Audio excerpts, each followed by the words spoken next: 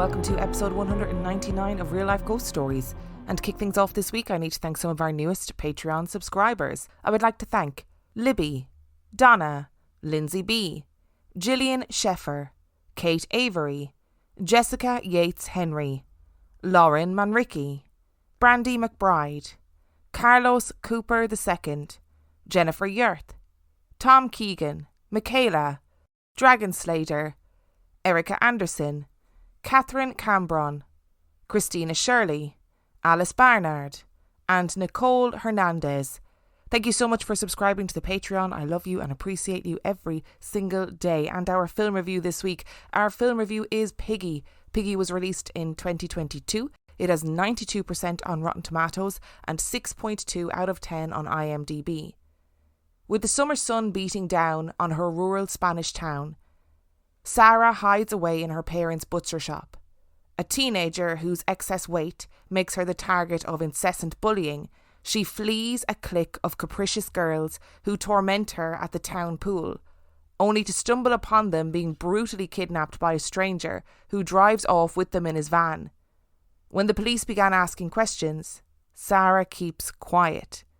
Intrigued by the stranger, an interest that's mutual, she is torn between revealing the truth and protecting the man who saved her. I will say that I was initially pretty sceptical about watching this film for two reasons. Number one, you guys know I hate a bullying storyline. I always find they're done really cheesily, and rather than making me feel like I'm actually watching somebody being bullied, I always feel like I'm watching what an adult thinks a teenager being bullied is like, and it is never quite the same thing. And as somebody who has worked in schools for a long time, like, bullying isn't often what adults think it is. And secondly, I thought, is this film going to end up being like, ha, she's fat? Because I don't want to watch that either, you know. So I watched it actually with some friends, my friends Cass and Heidi, who you will have heard previously on the podcast, and Dave Keane, as you guys know, long-term friend of the podcast. And we decided to sit down and watch this film. And let me tell you, I was pleasantly surprised. You guys know that I'm not a gore person. I'm not somebody who likes to watch needless gore. And this film, it was gory. There was bits of it that I was like, oh, but I didn't think for a second it was needless. And I thought the bullying that was portrayed in the film was really accurate to what bullying can be like. And it was difficult to watch. I was like, I'm not going to lie, I was rooting for the killer a lot of the time, because I was like, kill those bitches. Okay, they've been really horrible to that girl. It's both an overt kind of bullying and really insidious, like it happens when adults aren't around. It happens on social media. They're really mean about Sarah's weight, about her family, about just everything about her makes her a target for bullying. And she says nothing. She says nothing to the adults in their life. She has this really horrible event happen to her at the hands of her bullies, and she still says nothing. And I think that is often really accurate to bullying as well, because a lot of times when teenagers are being bullied, the last thing they want to do is tell anybody, because they feel embarrassed by the fact that they're being bullied, because your bullies make you feel like, you know, you're being bullied for a reason. We're picking on you because of this, so therefore you just have to deal with it. You just have to suck it up. So I thought in that regard it was believable, and it was genuinely uncomfortable to watch. Like I felt like I wanted to reach into the screen and take her out of that situation. And what it did very well was it put the viewer in that moral dilemma. So we had quite a few discussions during the film about what you would do. So you see this happening, these absolute terrors who have made your life a misery are being dragged off into the ether by this random guy. And what do you do? Do you think to yourself, they've made my life a misery, and in some ways actually they deserve it? Do they deserve it? Are you going to say nothing, or are you going to say something? Actually, do these people deserve to be saved because of how horrendous they have been for such a long period of time? And I would say, like, it's always interesting, I think, watching a horror film when it's peppered with those kind of discussions of like, what would you do in this situation?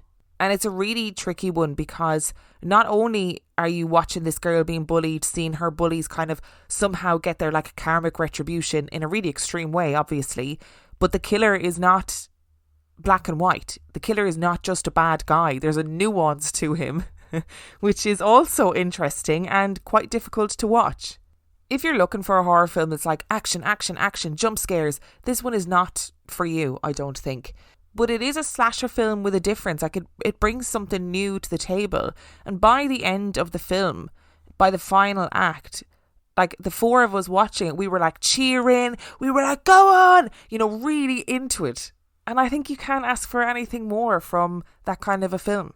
Also, before I go on to my dislikes column, I did find it very interesting how they portrayed that, especially when somebody is overweight, for example, because we do essentially live in a society that champions kind of skinniness as being the epitome of health, and what that means for people, not just in regards to being bullied by people in their peer group, but also by people within their own family, and people making unnecessary comments about people's weight, and people making people feel like, well, if you were skinnier, you wouldn't be bullied. I thought that was a really interesting angle of the film too, that at times was quite difficult to watch. And in regards to the dislikes, it's kind of difficult to talk about without giving away spoilers, so I'm going to try and be as vague as possible. There were elements of the storyline of like why the killer kills, or who the killer kills rather, that just didn't really make sense. They didn't really link together. And I was left asking a lot of questions, but not in that psychological way, in that genuinely I'm confused by this storyline kind of way. I did also feel like there were moments in the story that felt so wedged in and were so impractical and improbable that were wedged in to kind of make the ending fit and make things fit together that didn't actually help the flow of the story. And to be honest, I'm just going to put it out there, I was kind of disappointed by the ending. When you watch the film, I hope you would understand by what I mean by that, but I was kind of disappointed in the ending. Overall, I really liked it. I liked it a lot. The girl who played Sarah was brilliant, and apparently this film is based on a short film that was on YouTube, and the girl who played Sarah is the same girl in both, and I really liked her. I thought she was great. I liked the idea behind the story. I liked the premise. I don't think the storytelling maybe was executed perfectly, but it was a complex and nuanced take on a slasher movie, and I was into it. I'm going to give it 4 stars. So that's 4 stars for Piggy. Which brings us to our story this week. Now, before we start, I'm going to have to tell you that it's it's been a roller coaster with the research this week. Stick around to the end. Even if you feel like this story is so ridiculous, how can anybody believe that? I've had a few of those this week. And a few of you only tell stupidly far-fetched stories on the podcast now. But stick around to the end. Just stick around to the end. And before we begin, I need to give the obligatory shout out to Adam and Dulce from Weekly Creep for sharing this story with me. And so people have been a bit intrigued by this story from both the paranormal and the human perspective. People have been questioning whether the story is just too wild to be real. Yep. We've never covered a story like this before, with this level of alleged physical violence from an entity. So loads of people were left with unanswered questions. People were like, who is the mysterious neighbour who delivered the bogus message? Did Mikey make up his story about his wife seeing the woman in black? Was it a case that he heard the story and wanted in some way? He wanted to be involved? Why is John the centre of all this? We know that in these stories, especially kind of poltergeisty type stories, it's often a teenager that's involved, or that's the epicenter of it. So why is it John? And to the person who dropped a review to say that they knew the now adult children from the household, we all need more information. Also, as an FYI, there are like religious elements in this part of the story, which I think is a bit inevitable. Like, this is a Catholic family in the 80s. And just to be clear, it's the narrative, and that is the narrative they chose to put out there. So I have no interest in religious leanings one way or another. And I just want to make people aware of that before we start. So let's get into the story. They knew they needed to leave. Neighbours and family were willing to take them in. It would mean that the family would be separated, but right now, it was preferable to living in fear. As they scrabbled around trying to get whatever they needed together, a neighbour came to their door. John, Greta, there are people from Mount Mellery who want to see you. Now, before you start, I think you should hear them out. Mount Melleray was considered a place of importance for Catholics, as in the mid-1980s, the Virgin Mary was said to have appeared there and brought messages. John and Greta were unsure what people from Mount Melleray would want with them. It was said that these people could bless others, but other than that, there was no indication as to why they would want to trek to Belfast. A man named Cairn arrived to the house, flanked by 2 women. They talked at length about the haunting, and the 3 from Mount Melleray explored the house. They sensed a presence but struggled to identify it. But more than that, there seemed to be some sort of block between John, Greta and the 3 people. Their conversations were stilted, like they literally couldn't communicate. They would stop mid-sentence and not be able to continue. They were short and sharp with one another, with no real understanding as to why. Eventually, they believed that it would be better to continue their meeting in the house of a neighbour, at which point they found themselves freely able to communicate. The 3 people from Mount Melleray told John that whatever was in the house was not attached to him, as they did not sense it follow him from room to room or leave the room when he did. While John was unsure of what to believe anymore, this did give him a sense of relief. However, they said something else, which was terrifying. They said that Greta would be the one to suffer. The following time was a period of instability for the family. They slept in different houses and awoke every morning and wandered the streets in order to try and avoid being an imposition for their hosts. They would sit on the steps of their house, not daring to venture inside, and drink cups of tea that neighbours graciously provided. They sourced food for the households that were housing their children, and in short, they were lost. But the goings-on in the house hadn't stopped. The house was empty, and neighbours reported seeing lights going on and off all night. People gathered outside the house each night to say the rosary, and they too reported seeing lights turn on and off, and a shadow could be seen moving through the rooms. The bangs and slams of doors opening and closing was a regular occurrence. People reported that when they got close to the house, they could hear the low murmuring of voices, but could not decipher what the voices were saying. The community was beginning to grow concerned about the activity in the now empty house. They asked Father O'Donnell to return and say a mass, but whatever he had seen or felt in that house had impacted him so much that he would only say the mass in the hallway, with the front door wide open, so that he could make a quick exit if necessary. The mass went fine, and the only thing that was troubling John were the terrible nightmares that afflicted him. The next step for the family was to get an official house move from the housing executive. It wasn't as simple as just getting a new house, and as they lived in social housing, there were steps that needed to be taken in order to give the family access to a new property. While the housing official was sympathetic, he also didn't believe the story, and a haunting was not reason enough for the council to move a family out of a perfectly functional home. Although he did advise that they could apply for a move based on health concerns, the stress of living in the house being too much for the family, but they would need letters from doctors, social workers, and even Father O'Donnell. "That's impossible," John said. "You can't ask a priest to commit himself in writing on a subject like that. There's a ruling inside the church about talking about that sort of thing. Father O'Donnell doesn't want to be in the middle of a controversy. He just helped us out when there was nobody else even prepared to look at the road we were on." "Well, you're in an impossible situation then," said the man from the housing executive. "You've got a perfectly good house that you won't live in. How do you expect us to reallocate you a new house if you won't live in this one?" The family were stumped. They did not even want to set foot inside number 91. So they had nothing, no clothes, no furniture, nothing. And it didn't look like the council were going to be willing to rehouse them without a fight. When a radio station got in contact with the family for an interview, John and Greta decided that it would be good to have as many forms of documentation of the plight as possible. The radio show were respectful in their interview and presented the story as it was without judgment or mockery, and as a result of it, a woman named Mrs. Sheila St. Clair rang the station in order to offer her services. Sheila was an investigator with the Society for Psychical Research, and again John and Greta thought that anything would help.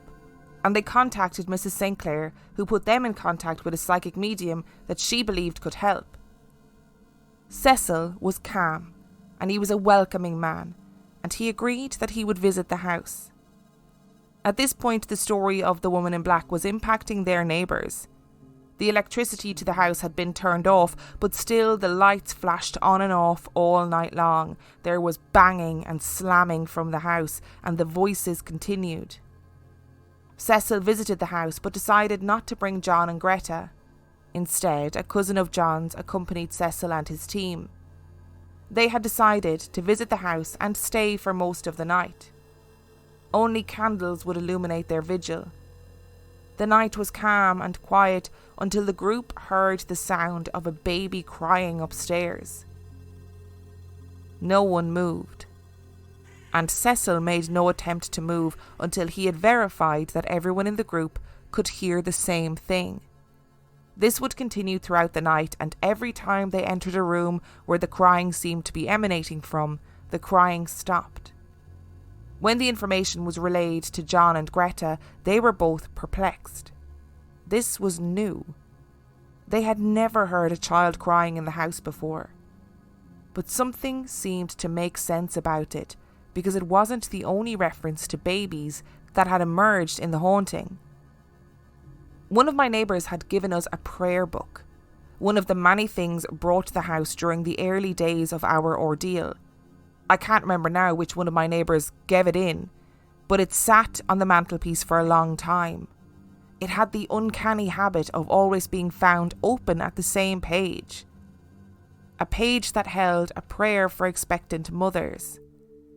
At first, this had been considered a coincidence, but then it happened time after time. Then people saw it open by itself, and the pages would turn until this prayer was reached. What did this mean? Cecil wholeheartedly believed that the entity in the house was not evil. Angry, yes, but not evil. Was this baby the key to understanding what was happening in the house? Was her anger and violence a desperate attempt to avenge her baby? By this time, the family were still living off the kindness of their neighbours, and they were beginning to struggle with their arrangements. People were beginning to grow tired of housing them and their children, and John reached his breaking point. He didn't care if she was some sort of grieving mother or if she wasn't evil. She had taken their home from them, and he was suddenly determined to get it back. He had had enough, and he rounded up 6 friends and neighbours and went to the house to face her down once and for all. At first, the house was quiet and serene, and no one could sense or feel her, but that was all to change. Barney reached forward to the ashtray to stub out his cigarette. Suddenly, I knew she had come back. She had merely been waiting for her chance to get at me.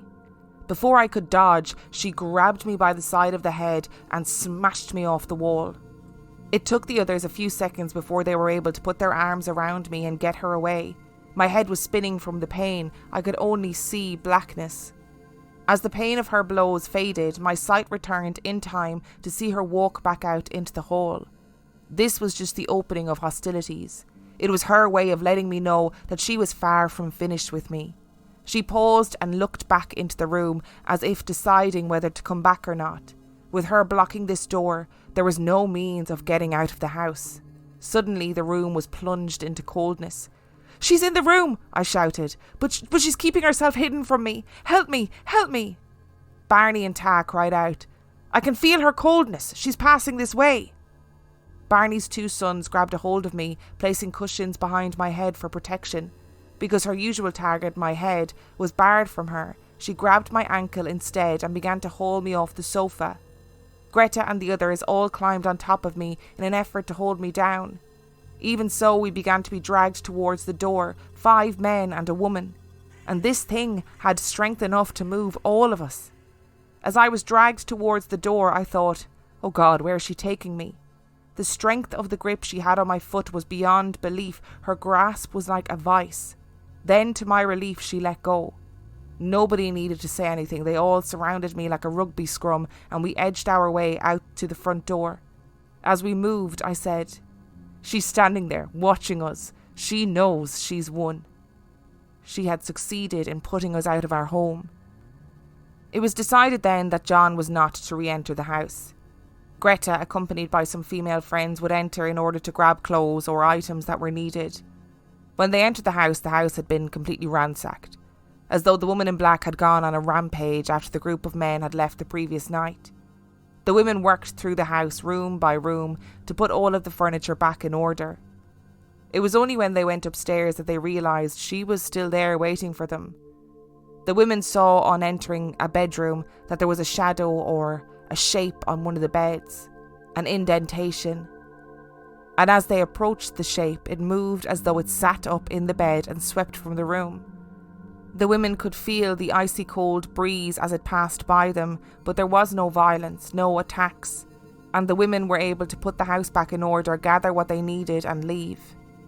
Cecil returned to see how the family were faring and brought a woman named Anne with him. Anne watched Greta intently and seemed deeply worried about her.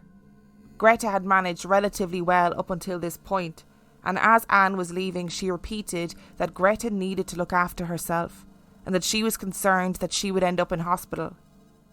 And sure enough, that night Greta had a severe asthma attack and was admitted into hospital. John was still riddled with nightmares, and it had gotten to the point where he was both sleep deprived and also terrified of going to bed. And Cecil suggested that if John returned to the house, they may be able to alleviate some of his nightmares and stress. John reluctantly agreed, feeling at this point that anything was worth trying. Cecil was still convinced that the spirit that resided in the house was not evil, and that she just needed help and guidance. Cecil, Anne and John returned to the house. They did so quietly and without letting anyone know. Cecil and Anne did not want any sort of commotion caused by their presence. There was still no electricity in the house, and so they lit candles and sat quietly in the living room. John was terrified. He was convinced, despite Cecil and Anne's reassurance, that he was going to be brutally attacked by the woman in black. They sat in the living room and the candles began to flicker.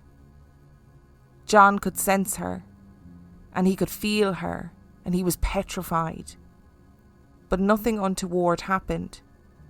Cecil softly told John that it was time to go upstairs, but that him and Anne would be by his side the entire time and that nothing would happen to him with them there. As they made their way up the stairs, John's shirt was stuck to his back with cold sweat. He was a trembling, nervous wreck. They got to the landing and the curtains on the windows began to sway and billow. "She's here," John whispered, barely able to find his voice with the terror. Anne was quiet and calm, almost in a trance as she tried to communicate with the woman in black. The temperature plummeted, and it was too much for John to bear. He begged to go back downstairs. Anne recognised how much the whole situation was distressing John, so she agreed and led the way down the stairs. John followed, and Cecil came last, but stopped a few steps down and called to the others. They could clearly see that Cecil was being pulled backwards, as though the woman in black just did not want him to leave, did not want him to go back down those stairs. She wanted them on the landing, and reluctantly again, John made his way back up the stairs. The bathroom door was opening and closing by itself, and Cecil moved to investigate it. As soon as he touched the door, he was completely frozen in place and struggling to get his words out. Eventually he broke free from his paralysis, and Anne and Cecil believed that the paralysis was a way to split John away from Anne and Cecil. If Anne had rushed to help Cecil, then John would have been vulnerable. Then I felt a cold draft start up. It blew all around the landing, and suddenly she was there, the woman in black. This time, however, instead of looking like a real three-dimensional person, her image appeared on the wall that faced us. It just showed her from the shoulders up. A strange expression was on her face, one I hadn't seen before, not anger, something less straightforward. It was hard to put my finger on. She stared at us as if in wonder. I said nothing to the others about seeing her. I wanted to see if they could see her too. For too long I had been the only one to actually lay eyes on her. I prayed to God that Cecil and Anne could see her too. I could sense Anne shifting restlessly beside me. "Don't worry, John," she said. "I can see it as well. I know what it is that you're looking at." "Oh yeah? Then where is she and what does she look like?" To my relief, she pointed out her position easily and described her exactly, right down to the expression on her face. Anne described it as a sad, solemn expression, one that was looking for help. Anne and Cecil seemed convinced that they could help her, that they could do something and that the woman in black needed something from them, but John was not so sure. He was desperate to get out of the house, and when they finally returned downstairs to the living room, the candles were flickering wildly. John knew she was still there, but this time there was something else that they had never seen in the house before. A green light was flickering on the ceiling. It looked as if someone was flashing the beam of a torch around in circles. Anne shouted, "Cecil, hurry up and see this." "You know what this means," I said to Anne. "She's showing her presence again." "I wouldn't be too sure of that, John," said Anne, as she slowly turned on the spot, her eyes fixed on one of the slowly moving globes of green light. "These are coloured lights. This is a spirit manifestation to help us, and to help the spirit that you see." The green globe of light was about the size of a tennis ball, and it bobbed in the air about 3 or 4 inches from the ceiling. As we watched, it slowly disappeared into the ceiling directly under the spot in the ceiling where the face had shown itself on the wall.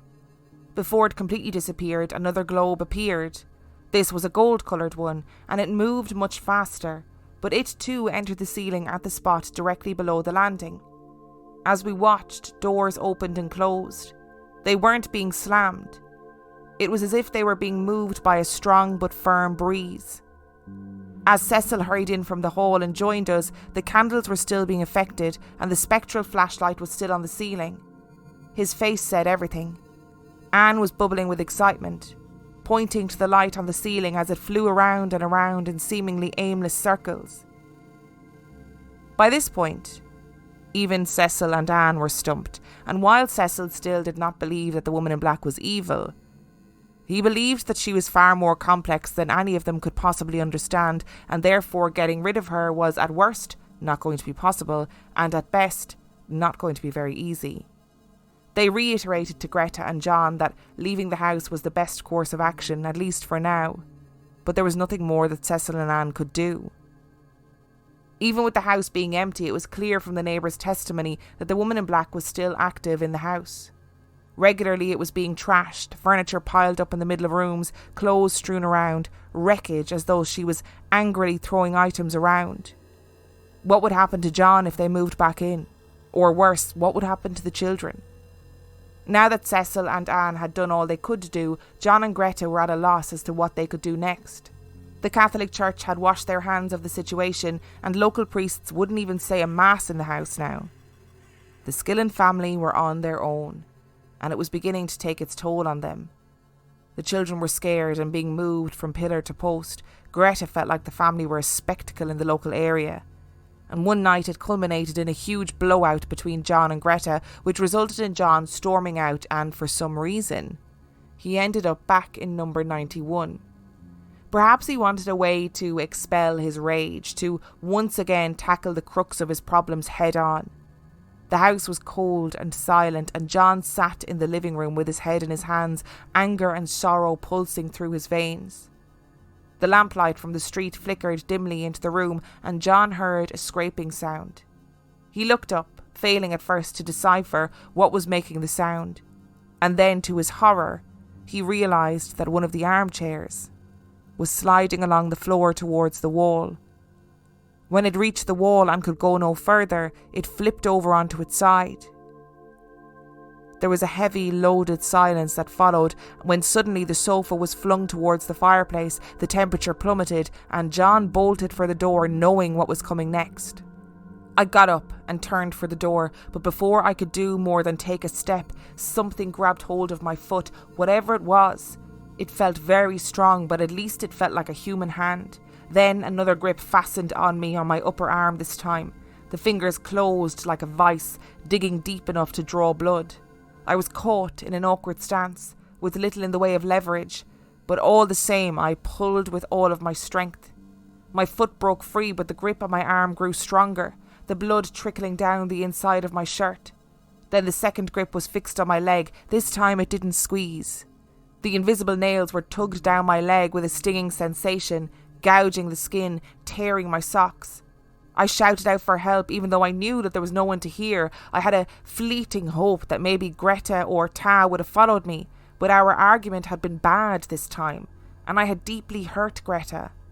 When I fought in the invisible grip, I knew that I was trapped. I tried lashing out at my captor, swinging my arms wildly, aiming at where a body might be. But there was nothing to hit. All I could say was, "Jesus help me, Jesus help." Then I managed to break free. I got to the door, but it wouldn't open. I turned on the handle and tugged, but it wouldn't give. Then I felt this presence behind me. It was laughing at me, sneering at my antics to get away from it. The room was terrifyingly cold and my hair was standing up on end, and I felt that my heart would burst with fear at any moment. Then the door opened and I was able to hurl myself out into the street. John ran and ran until he reached the house that they were staying in. Greta sat up in the bed in shock at the sound of John bursting into the room. He turned the light on, and Greta was appalled at the state of him. His arms were bloodied and scratched, his socks were torn and ripped, the scratch marks on his shins were so deep to the point that you could almost see bone. As John lay there that night, he knew that they needed to move far away from this house. Far enough away that he wouldn't be drawn back to it.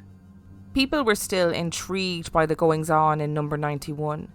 The neighbours would pop in regularly to see what damage had been done the previous night, and Greta's friend and sister were desperate to go into the house for a look, keen to see what all the fuss was about and whether this woman in black was real. Greta assumed that if John wasn't there, they would be fine, that they would maybe see some shadows and feel her cold, but they were proved wrong. When they fled the house, they were shook and ashen-faced. Margaret, the friend of Greta's, was standing in the living room when she felt something grab her and throw her bodily across the room. For the first time, the entity had physically attacked someone other than John. And so John and his friend decided once again to go back to the house for a showdown. It would seem that over a few drinks and a deep discussion of the situation, they decided that they needed to go back and face her. Again, they found themselves back in the living room of number 91, waiting quietly and smoking cigarettes. The temperature dropped and John watched as the woman in black entered the room. She just stood and stared. This time there was no anger in her face. Her expression was unreadable, and she just stared at John with her piercing gaze. A knock at the door broke the trance and Greta was ushered into the house, concerned about John and his friend. They sat in the living room and the woman in black entered again. I started to describe my last encounter when in walked the woman in black again. She entered in a very aggressive manner, as if she was in a stamping rage and meant to settle things once and for all, but instead of a discussion, it was back to open fisticuffs. As soon as she entered, she made a grab for my neck. I dodged enough so that she only caught me by the side of my head.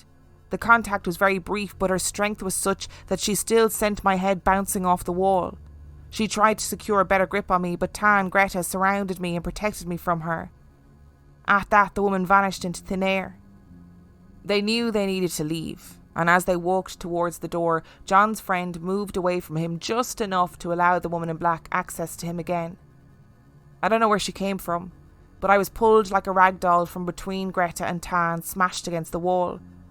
Once there, my head was grabbed and banged repeatedly off the wall. Ta managed to get the door open, but by this time I was unconscious. Ta later told me that he shouted for help, and within a minute a dozen neighbours showed to help us. Greta could only stand and scream in terror. All she could see was my body jerking with no visible agency to account for my strange actions. She described it later as if someone invisible was standing there, kicking at my body. Her only way to help was to climb on top of me in order to lend me some protection. Then the neighbours arrived and grabbed hold of my feet and pulled us both out into the street. I later learned from these neighbours that although there were 5 or 6 men pulling me, they found it very difficult to get me out into the street. They were fighting a force that was using my body as the rope in a grisly tug of war. In fact, the only way they got me out was when they felt the resistance depart. They could feel me being released. When they saw I was unconscious, one of the neighbours tried to find my pulse to check if I was still alive. When they couldn't find any vital signs, I was given the kiss of life. The Skillen family decided to leave Northern Ireland for a while. They took a trip down to the Republic to spend time together in a caravan, and they finally felt like a normal family again, even if only for a while. During their time away, John would go back to Belfast to collect money and was informed that a friend knew of a house that would be suitable for them. It was empty and they would be squatting, but it was better than being at number 91. They had nothing, no furniture, nothing. Neighbours who knew of this family all rallied around to give them whatever odds and ends they could. The kids picked out their new rooms, and while it was precarious and cobbled together, at least they felt safe. Until one night there was a knock at the door, and it was their old neighbours. They needed John and Greta to go back to the house because while John and Greta and their family had moved on to their new life, the neighbours of number 91 were still living in fear. The house was quiet, but they needed to know whether the woman in black was gone, whether they could sleep easy.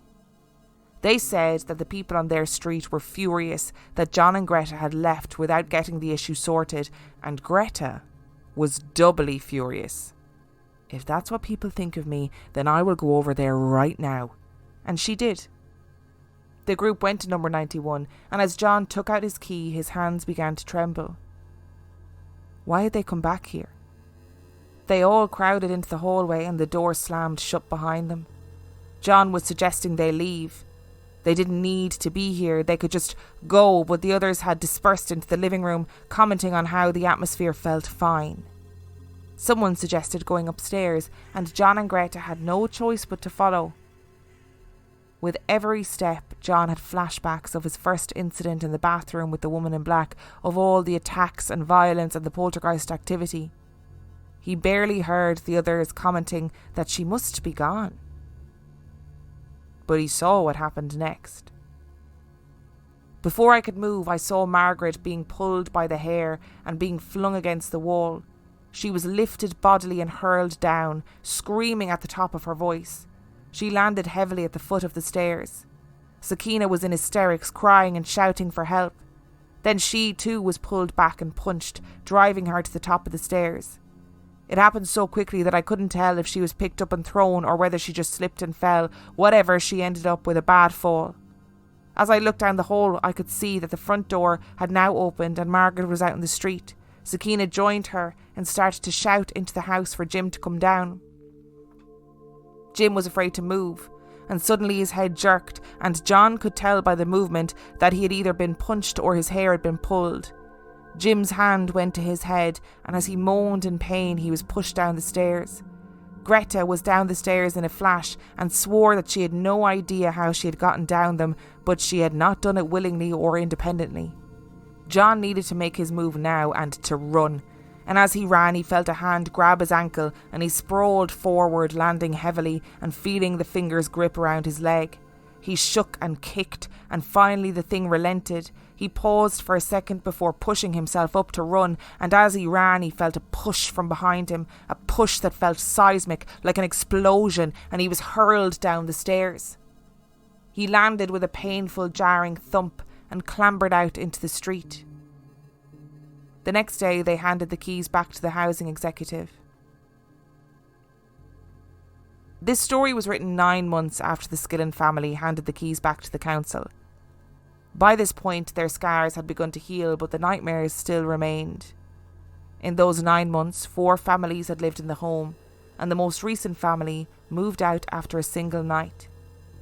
I wish I had a conclusion to this story. I wish I could tell you one way or another that there was an end, that the family were outed as having performed an elaborate hoax, or that a maverick priest went to war with the entity and banished it back to wherever it came from. But this isn't the movies.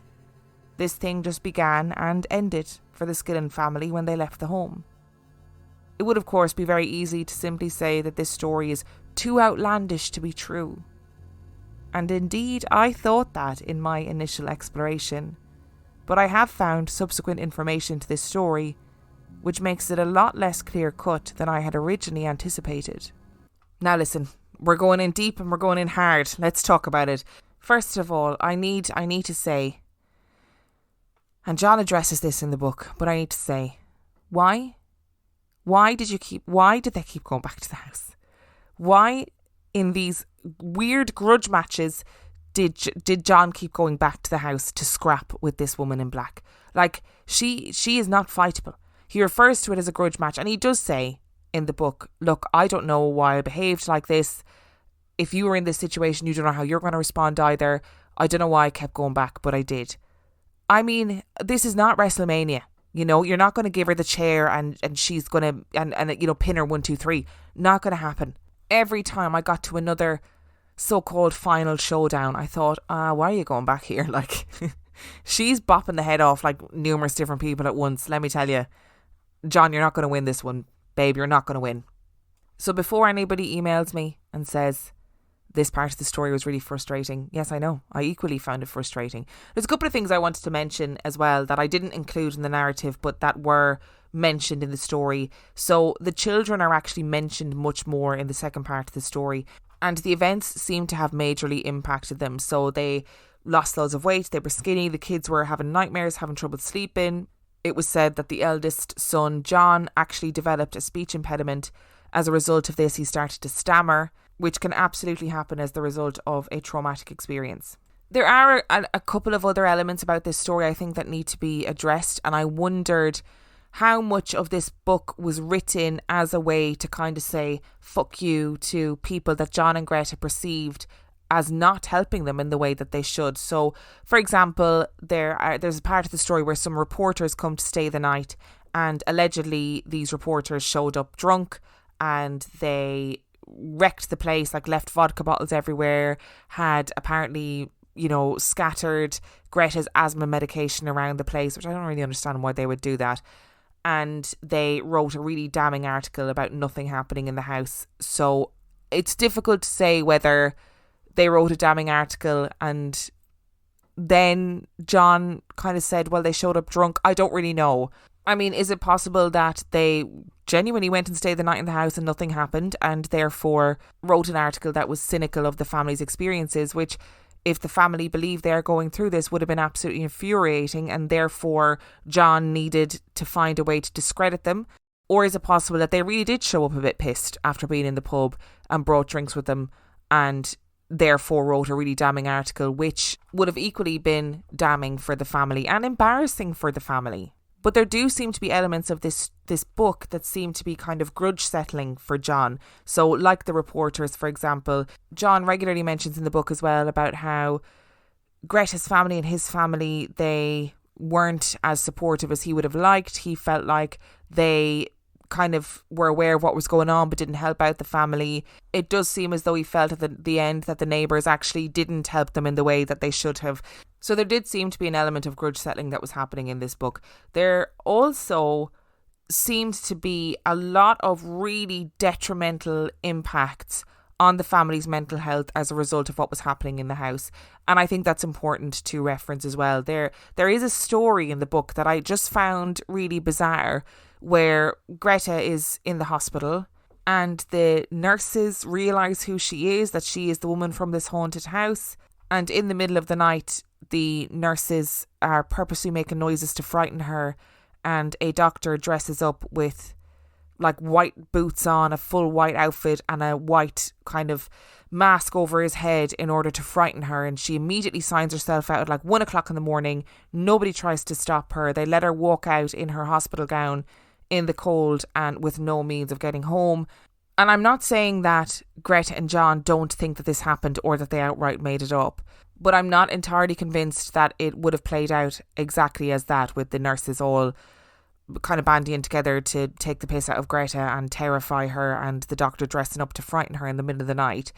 It perhaps points to the level of fear and the detrimental effect, the lack of sleep, the fact that Greta had this horrific asthma attack and was probably on medication, etc., and that probably impacted their perception of situations. There was likely a level of paranoia and a general feeling of being unsafe. And I've said this time and time again, but the impact of lack of sleep on your mental health is incredible. Even a few days with no sleep will severely impact your grip on reality, your decision making, your logical thinking. There is a moment as well in the book where John references the fact that he accidentally overdosed on sleeping tablets because he was so terrified to sleep, but also so desperate to sleep, but terrified of nightmares. So there is a huge amount of pressure on this family. Whether you believe this was paranormal or psychological, or this never happened, or the family made it up, whatever you believe, it seems from this story that there is a huge amount, a weight of psychological pressure and trauma and disturbance for this family. And it also seems that whatever happened, that it caused a rift and division between them and their respective families. Now, with those things being said, I just thought it was important to reference them because they were referenced in the story. John talks about those events in detail in the story, and it seemed important to include them, if only to demonstrate the psychological impact these events had on the family. There's a lot of talk about a family wanting to be rehoused, and that's what this story is about. That the family created this whole hoax, this situation, in order to get a new house. But I actually don't think this is true. This is one of the theories of this story that I just fundamentally disagree with. So according to things that I've seen that I'll talk about later, they lived in what was probably the biggest house in the street. It was a 4-bedroomed house, and it was a godsend to get a 4-bedroomed council house at that time. They had been on the waiting list for this house for ages and were absolutely over the moon to have finally gotten it. Apparently they got on really well with their neighbours, lived a very normal, quiet life, and they loved the house that they lived in prior to these events. And while there is no way of knowing what happens behind closed doors for a family, I just don't think wanting to be rehomed would be a reason to put your family under such intense scrutiny and risk of ridicule, not only from your local community but nationally, because this thing made the news. The other theory that I see bandied around is that, they did it for money. They did it for financial reasons. It doesn't seem like the family have made any financial gain from this. So at a point in the story, the neighbours do a whip around of whatever spare money they have, and the family donated it to Father O'Donnell. There is also the question of this particular book, this number 91, a Belfast haunting book that was written by John Skillen, which is where the information for this episode comes from. As far as I'm aware, copies of this book are sold for £150. They're really expensive to buy, but the books have not been republished, even though there is a huge call for these books to be republished so people can buy them. But the children of John Skillen and Greta Skillen have chosen not to have the books republished. Now, this brings me to the next kind of weird part of this story. So as you guys know, when I'm researching a story, I like to go down a little rabbit hole, do some little deep dives. And I ended up on the belfastforum.co.uk, where people were talking about this topic. And the link to that is in the description of this episode. But I also ended up on this tiny 2-page forum on forteana.org about the Beachmount poltergeist. Completely randomly ended up on this forum, and that again is also linked in the notes for this episode. While I was sitting the other night at 11 p.m. reading through that Forteana forum, I was sitting reading through it, and I was like, wow, this user called Quirkus has done so much research on this case, and it's really interesting. I was going through all the bits and pieces this person had put together, and my email pings up with a new email, and I opened the email, and it was like, "Hi Emma, just saw that you've done an episode about, my name is blank, but I post as Quirkus on this forteana.org forum that I think you might be interested in." Blew my mind, because I was literally looking at it right at that moment. This 2-page Forteana forum blew my mind. So Quirkus, I'm not going to use your real name because I don't know if you want your real name out there for the masses, but Quirkus has done loads of research, and the stuff that I found on both the Belfast forum and the Forteana forum, and the stuff that Quirkus found and posted on these forums, was pretty interesting. One of the things that I think is interesting about this story, which is what Quirkus points out, is the fact that this story is so difficult to believe. It is so hard to believe, but why is it so hard to believe? And it's probably because there's no story there. So when we think about hauntings, when we think about things like the Enfield poltergeist, the Black Monk of Pontefract, those big famous cases, there is a backstory. Whether it's a tragedy linked to the house, whether it is, a warning. There's no sort of story of like a suicide linked to the house where you go, oh, you dig up all the information and you find, wow, this terrible thing happened here. That explains this haunting. It doesn't work like that with this story. The events begin, the events end. And that's it.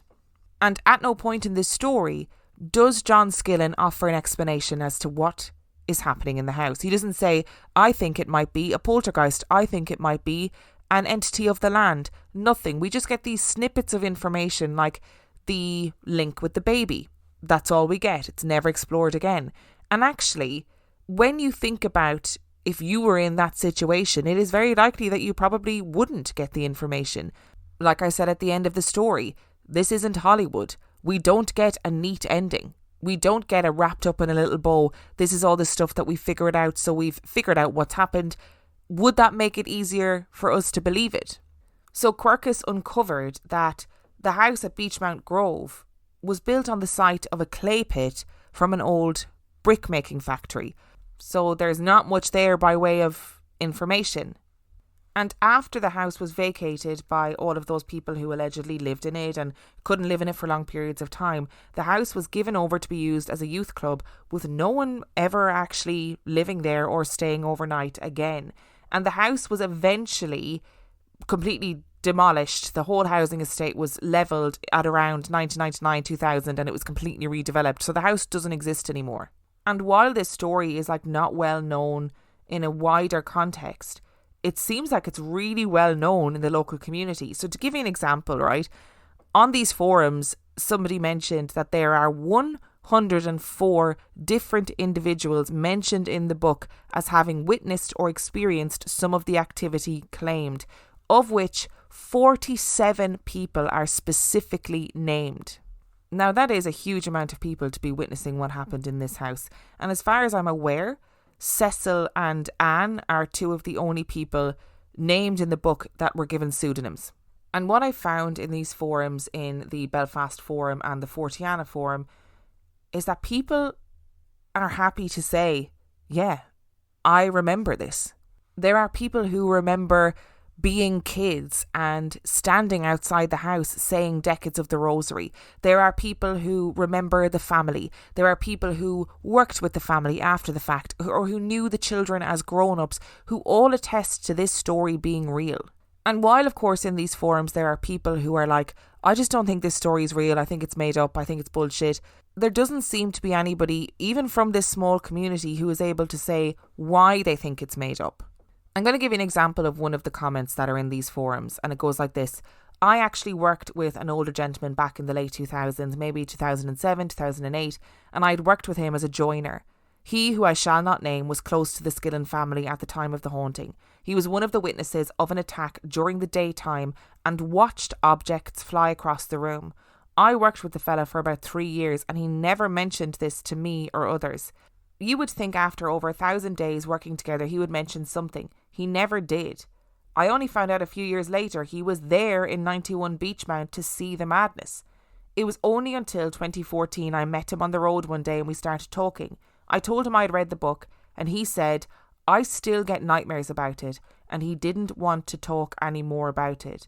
That freaked me out, but I believed him 100%. In Quercus's research, he found out that some people commented on a Facebook group were identifying themselves as related to the neighbours of the Skillens who became embroiled in the disturbances, and their surnames cross-referenced correctly with those mentioned in the book.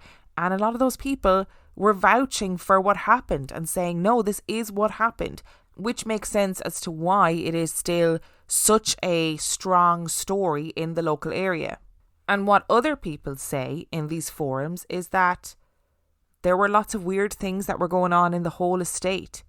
It wasn't just number 91.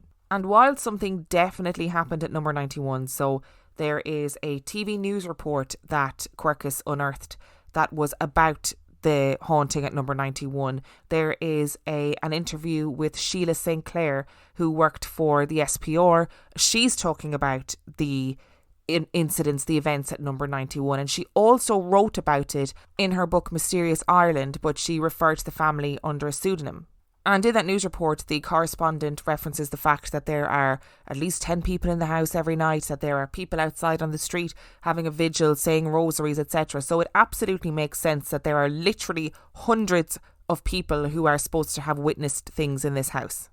But there's another news report from the area, which is that there is a leisure centre that is down the road. And in October 1982, the BBC did a report coming up to Halloween about local haunted areas, and this leisure centre had loads of people on who worked in the leisure centre, etc., telling the news reporters all about the poltergeist activity that they were experiencing in the leisure centre. So taps turning on and off, things being overturned, items moving, and people seeing a shadow figure in the corridor that they called Mr. Riddle. And Quercus, who has done Trojan work on this case, found that there is articles that reference the place where the leisure centre was built, that it was called Riddle's Field, and that the old hostel next to the leisure centre was originally the home of the Riddle landlords.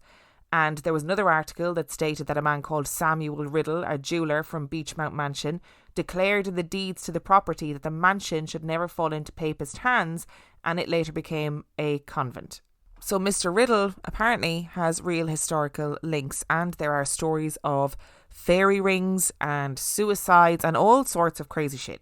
So is it possible that just the area itself is haunted by something? Maybe Mr. Riddle was a way to name something to give historical context to some sort of haunting or events that people couldn't quite explain. They're seeing this shadow figure. There are stories about these Mr. Riddle characters from history, and maybe they're just trying to link two and two together. Like maybe this is an entity that can move freely between these houses around the land. Like was Mikey actually telling the truth when he told his story about his wife seeing this woman in black entity at night time when she was getting undressed, or whatever the story was?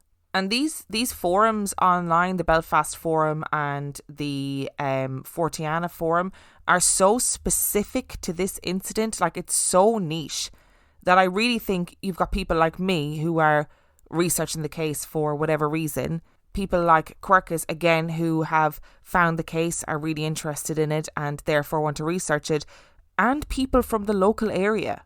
And I think that if there was a reason to disbelieve the Skillen family, other than just, well, the story's clearly made up because it's ridiculous, then that reason would have presented itself in one of those forums. And by that, I mean if they had a reputation in the area for being, untruthful, for exaggerating, for drinking, for fighting, whatever it was, I think that would have become part of the story and it would have emerged in one of these threads. The other thing that I need to emphasize, I need to stress, is that by me saying that, I'm not saying that I believe this story was this really violent paranormal entity and that I believe every aspect of this story happened exactly as is described in the book. But what I do believe, I think, is that this family went through something really traumatic, whatever that something is, whether it was something completely psychological, whether it was some sort of traumatic response to the wider cultural context of what was going on in Northern Ireland at the time, or whether it was something within their own family that was being played out psychologically.